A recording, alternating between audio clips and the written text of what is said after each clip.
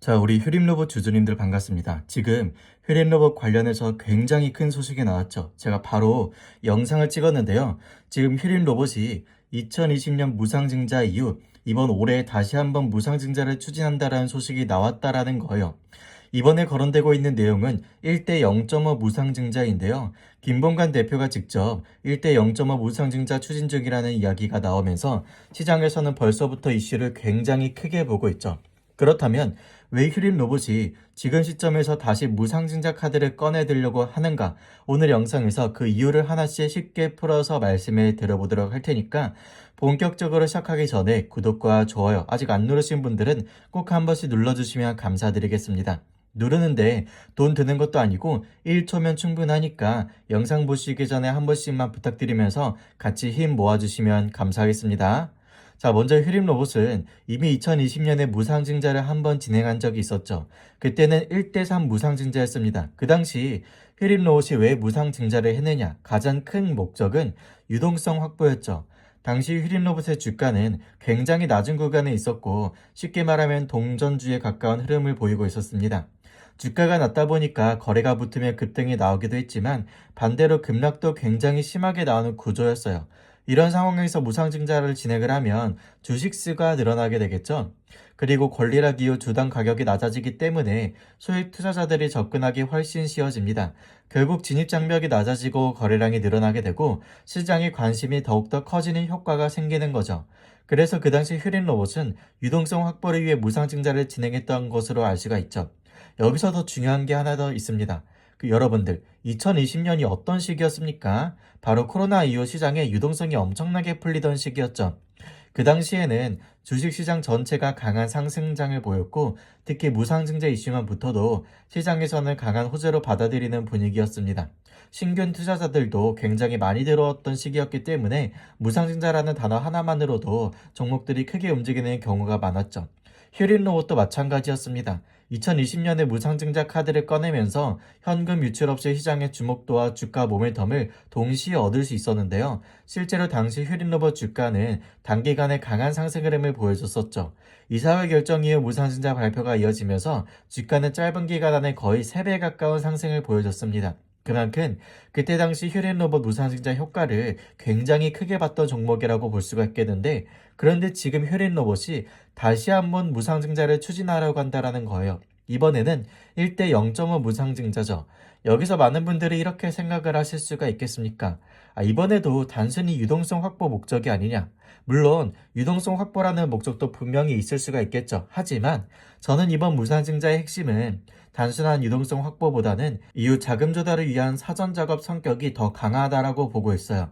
여기서 또 이런 질문이 나올 수가 있겠죠.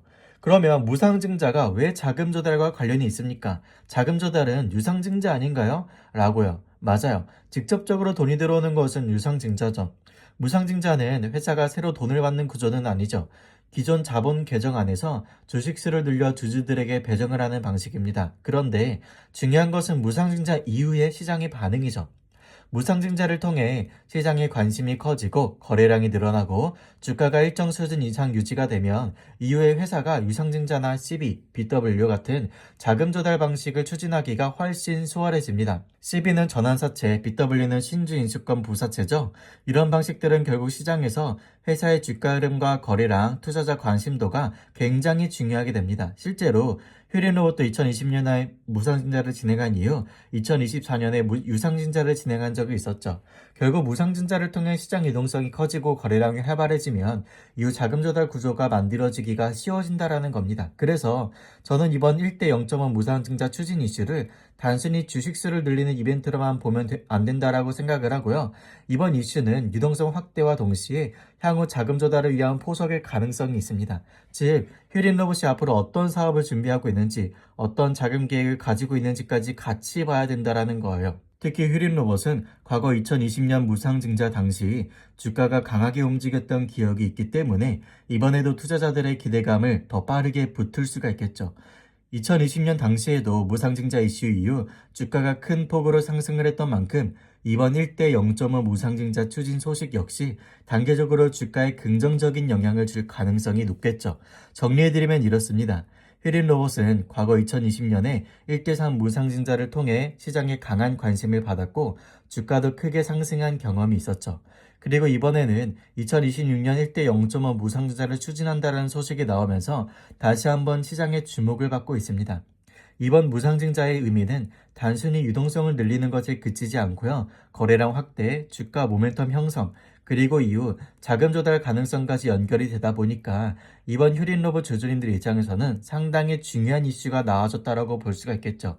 시장에서는 이 소식을 긍정적으로 호재로 받아들일 가능성이 높기 때문에 단기적으로 주가 흐름도 강한 영향을 주게 됩니다. 그렇기 때문에 이번만큼은 꼭 대응이 필요한 시점이고요.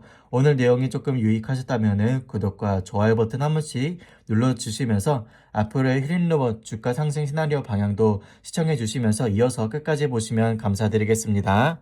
자, 이어서 휴린로봇 주주님들 차트 분석을 보도록 할 텐데요. 자, 오늘 영상을 통해서도 다시 한번 말씀을 드리겠지만, 그럼부터 말씀드리면 지금 휴린로봇 상방에 대한 모멘텀은 당연히 계속 연결이 될 겁니다. 우리가 고작 이 마지막 파동 하나 보려고 지금까지 휴린로봇을 들고 온 것은 아니죠. 그동안 엔캐리 청산 리스크에 지정학적 전장 여파까지 겹치면서 주가가 많이 눌렸던 건 사실입니다. 하지만 이 과정에서 우리만 고생한 게 아니죠. 세력들도 오랜 시간 물려 있었다라는 점을 잊지 마시고요. 지금 차트의 형태는 전형적인 매집의 형태죠. 중요한 신호는 이미 지난 금요일에 이미 나왔었습니다. 거래량을 동반하며 외국인 비중이 실린 장대 양봉이 떴죠. 이걸 보고 많은 분들이 이제 무조건 상방이다라고 생각을 하실 겁니다. 물론 저도 확률이 높은 곳에 베팅을 하는 사람이지만 주식의 100%는 없죠. 제가 신이 아닌 이상 무조건 맞힌다라고 장담을 할 수는 없습니다. 하지만 제가 보는 관점에서 이번 장은 조금 주의가 필요하다라고 보고 있어요. 이번 월요일에 바로 전고점 돌파하고 날아가는 것 아니야? 라고 생각을 하시는 분들도 계시겠지만 제 생각에 초반에는 힘이 조금 부족할 가능성이 커요. 왜냐면은 바로 미 증시 영향 때문이죠. 어제 미 증시 보셨죠? 아주 잘 올라갔습니다. 그런데 문제는 필라델피아 반도체 지수가 4%나 급등을 했다라는 거예요. 시장 전체가 골고루 오른 게 아니라 반도체 빅테크 위주로 강한 상승이 나왔기 때문입니다. 국내 시장으로 따지면 삼성전자나 SK하이닉스 같은 반도체 쪽으로 수급이 쏠릴 수가 있다라는 얘기죠. 최근 시장 특징을 보면 반도체와 로봇이 같이 가는 경우가 거의 없습니다. 지금은 한정되어 있는데 반도체가 스포트라이트를 다 가져가 버리면 로봇 섹터는 시원한 장대 양봉이 나오기 어렵죠. 하지만 여러분들 실망을 할 것이 않아도 되는 게 시초가에 못 간다라고 끝이 아닙니다. 오전 11시나 오후 1시를 기점으로 수급 전환이 올 수가 있거든요. 삼성전자 노조 리스크 같은 변수 때문에 반도체 쪽에 윗골이 달리고 밀리기 시작을 하면 그 빠져나온 수급이 어디로 오겠습니까? 바로 휴림 로봇 같은 로봇 섹터로 쏠릴 수가 있다라는 거죠. 바로 우리는 그 과정, 그 포인트를 잡아내야 됩니다. 자, 여러분, 제가 강조드리고 싶은 건 기준과 근거입니다. 주가가 밀릴 때는 휴린로봇 관련 영상 하나 안 올라오다가 이제 좀 올라간다 싶으니까 무조건 4만원 간다, 10만원 간다라고 떠드는 사람들이 또 나오기 시작을 했습니다. 물론 그분들 말이 맞을 수는 있겠죠. 하지만 결국 주식은 누가 리스크를 더 잘 잡느냐의 싸움이죠. 무조건 간다는 말에 휘둘리지 마시고 최소한의 리스크를 잡으면서 대응을 해나가야지 여러분들은 훨씬 안정적인 수익을 가져갈 수가 있습니다. 저는 앞으로도 여러분들께 시장의 흐름을 읽어드리며 고점 신호를 같이 잡아드릴 거예요.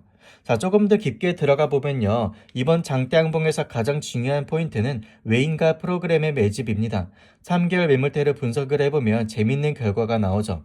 목요일 대비 금요일장에서 특정 구간의 비중이 갑자기 3% 이상 늘어났는데 그 위치가 딱 어디냐? 바로 윗골이 최하단 부근입니다. 이건 세력들이 아래에서 야금야금 담은 게 아니라 호가위를 한꺼번에 쓸어 담으면서 주가를 띄워버렸다라는 증거예요.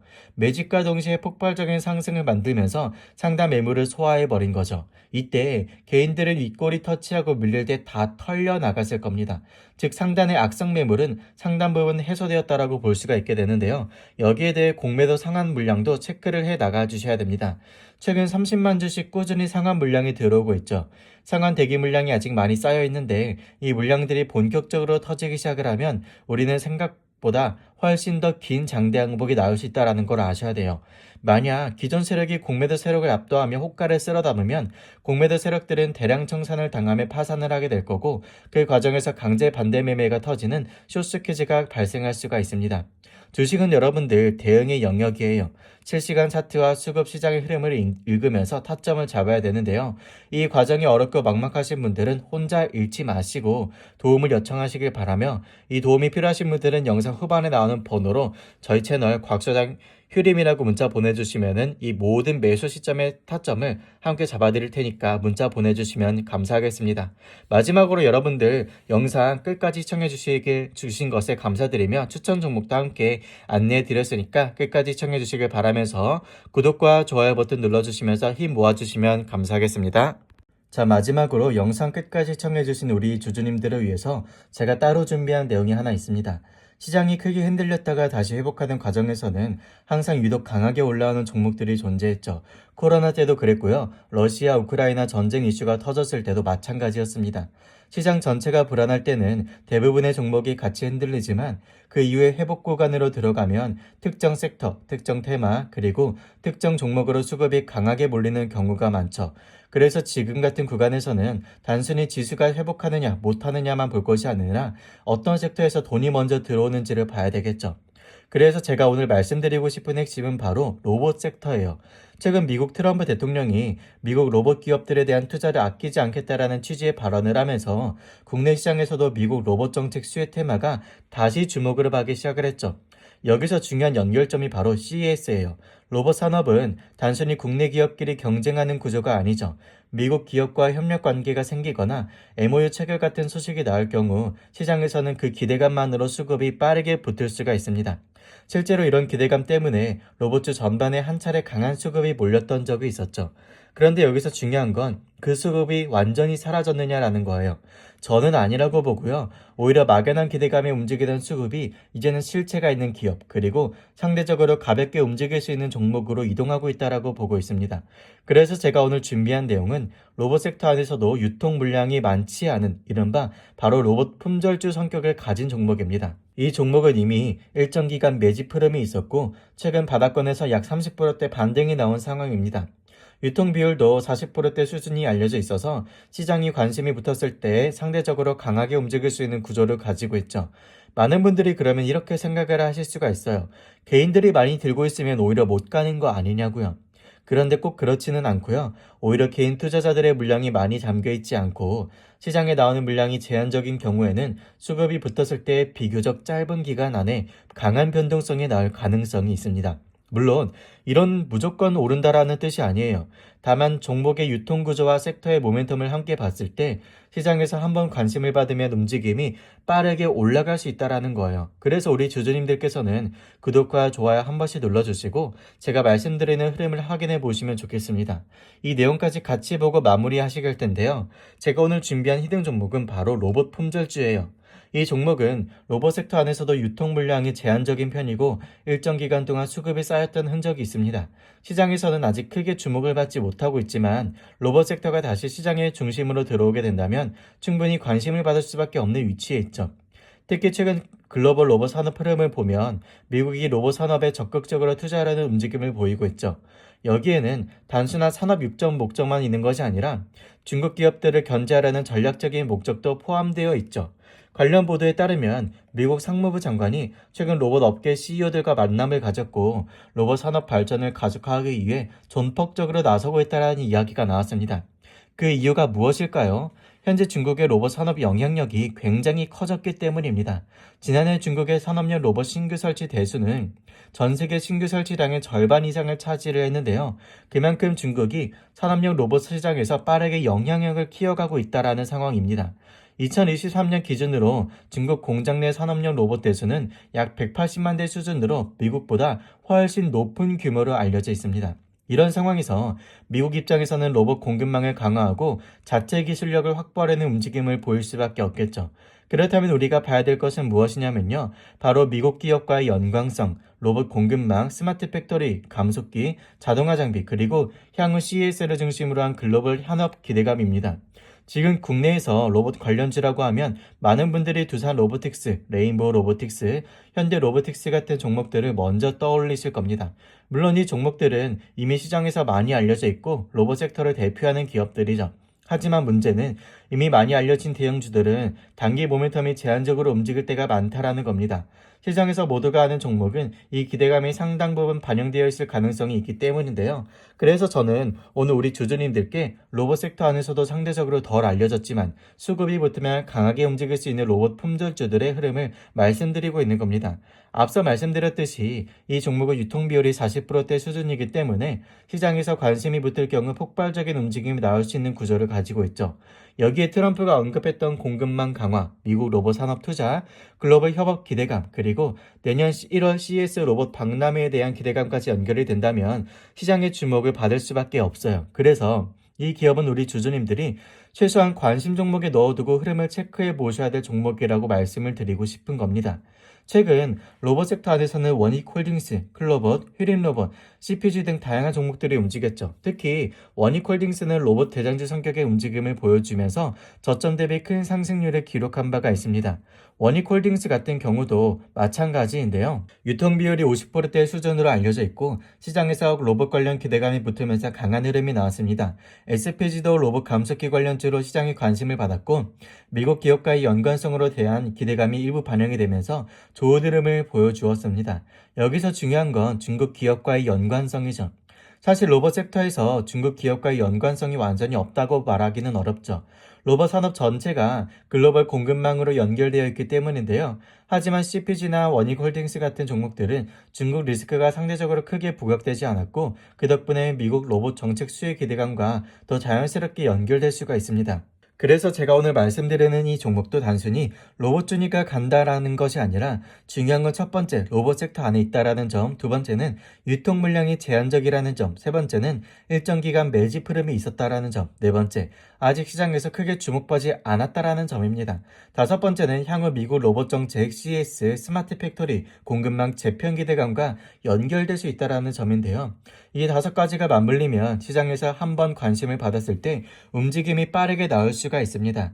제가 보기에는 이 종목이 2026년 시장에서 로봇 섹터가 다시 중심으로 들어올 때 엄청난 관심을 받을 수 있는 후보군 중 하나라고 보고 있어요.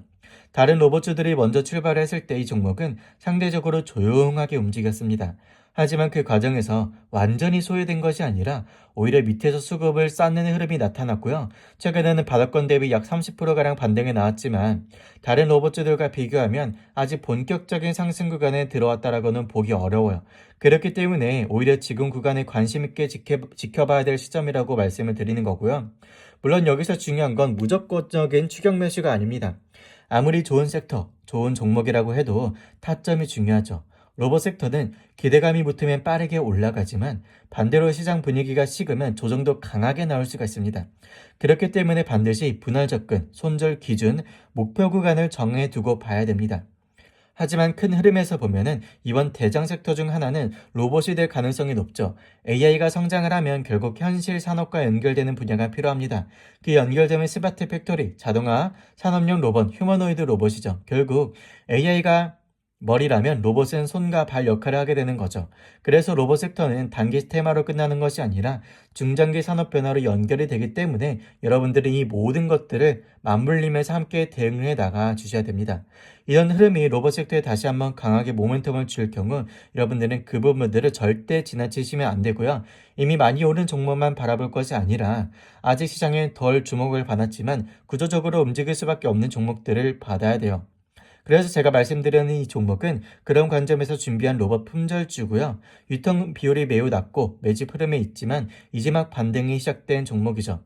이 종목을 받아가 보고 싶으신 분들은 지금 나와 있는 번호로 히든이라고 딱 두 글자 남겨주시면 제가 준비한 종목명과 함께 확인해야 될 구간 그리고 대응 포인트들을 정리해 드리도록 하겠습니다. 다시 한번 말씀을 드리지만 이 내용은 투자 판단을 돕기 위한 참고 자료고요. 실제 매수와 매도는 반드시 본인의 기준과 책임하에 결정을 해 주셔야 되겠죠. 하지만 최대한 여러분들의 수익을 보실 수 있도록 안내해서 들어보도록 할 테니까 여러분들은 꼭 함께 따라와 주시면서 수익을 극대화하시고 손실은 최소화할 수 있도록 대응 전략들을 시나리오를 짜 나가 주셔야 됩니다. 아시겠죠? 이 종목이 어떤 건지 여러분들 받아가 보고 싶으신 분들은 지금 화면에 보이는 번호로 히든히든하고 문자 남겨주시면은 바로 빠르게 문자로 안내해 드리거나 소통방에 들어오신 분들은 공지로 안내해 드리도록 하겠습니다. 그런 여러분들 바로 화면에 나오는 번호로 꼭 히든이라고 문자 보내주시고요. 구독과 좋아요 버튼 한 번씩 눌러주시면서 이 종목들 받아가 주시면 좋겠습니다.